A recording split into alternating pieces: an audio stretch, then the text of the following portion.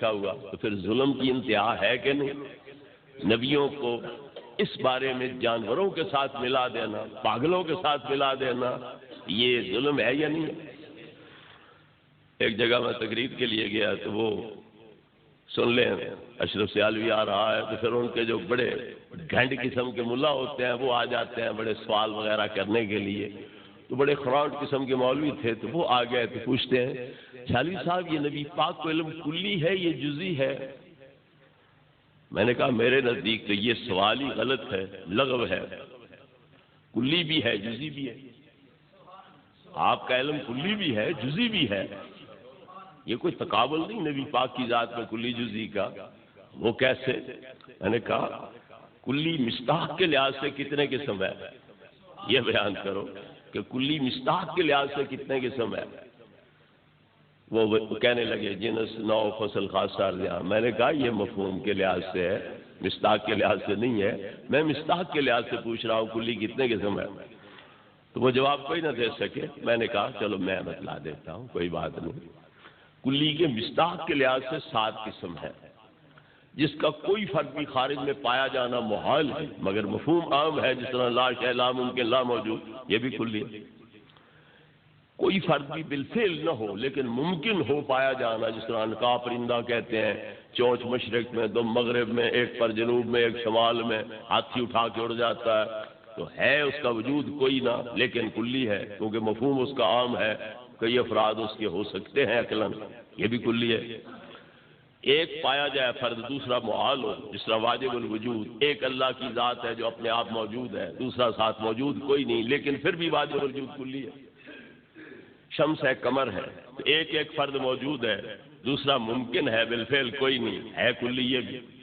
کوكب سیار چلنے والے تارے جو ہیں یہ 7 ہیں، جن میں سورج بھی، چاند بھی، مریخ، ذوال، عطارد، مشتری وغیرہ، یہ 7 تارے ہیں، یہ بھی کلی ہے۔ الکوكب السیار کل 7 فرد ہے۔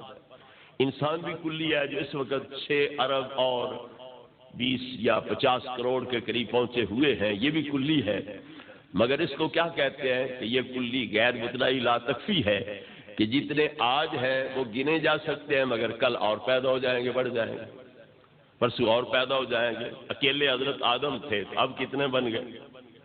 6 ارب اور 20 کروڑ یا 50 کروڑ کے قریب پہنچ گئے، تو بڑھتے چلے جا رہے ہیں۔ اس کو کلی بھی کہتے ہیں اور غیر متناہی لا تکفی کہتے ہیں کہ ایک حد پہ رکتی نہیں ہے، بڑھتی چلی جا رہی ہے۔ اور ایک کلی ہے جو بالفعل غیر متناہی افراد پر مشتمل ہے، جس طرح اللہ کی معلومات، اللہ کے مقدورات ہیں، تو کوئی ان کی حد نہیں، کوئی گنتی، کوئی پہاڑا، کوئی عدد ان کا احاطہ نہیں کر سکتا۔ تو اللہ کا علم ہو جائے کلی کا 7واں قسم، نبی پاک کا علم ہو جائے 6ٹھا قسم، تو کلی بھی ہے، اللہ کے علم کے لحاظ سے جزئی بھی ہے۔ نبی کریم علیہ السلام کا علم بذات خود کلی بھی ہے، اللہ کے علم کے لحاظ سے جزئی بھی ہے۔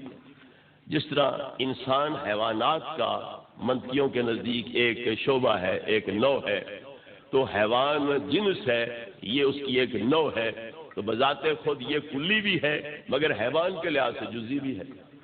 حیوان جو بڑھنے والی، نشو و نما پانے والی چیزیں ہیں، ان کی ایک نوع ہے، الجسم النامی اس کی جنس ہے، بڑھنے والے، نشو و نما پانے والے، یہ کھیتیاں ہیں، درخت ہیں وغیرہ وغیرہ، باقی جو جانور ہیں یہ سارے حیوان کا قسم ہے، نشو و نما پانے والے ہیں، تو حیوان ان کا ایک حصہ ہے، شعبہ ہے، تو جسم نامی کلی بھی ہے، اور اوپر جسم مطلق جو ہے اس کے لحاظ سے جزئی بھی ہے۔ جسم مطلق بذات خود کلی بھی ہے مگر جوہر کے لحاظ سے جزئی بھی ہے۔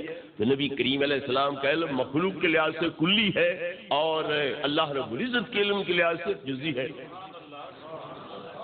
اعلیٰ حضرت بریلوی علیہ رحمت فرماتے ہیں کہ سارے نبیوں، ولیوں، غوثوں، کتبوں اور فلسفوں کا علم ایک طرف، مخلوق ساری کا علم ایک طرف، نبی پاک کا علم دوسری طرف۔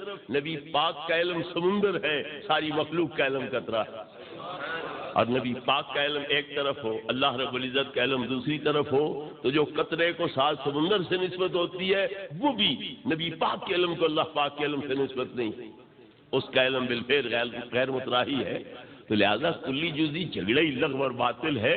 مخلوق کے لحاظ سے آپ کا علم کلی ہے اور اللہ رب العزت کے علم کے لحاظ سے جزی ہے. اور نبی پاک فرماتے ہیں علمت علم الاولین والآخرین، مجھے اگلے پچھلوں کا علم اکٹھا کر کے اللہ رب العزت نے عطا فرما دیا.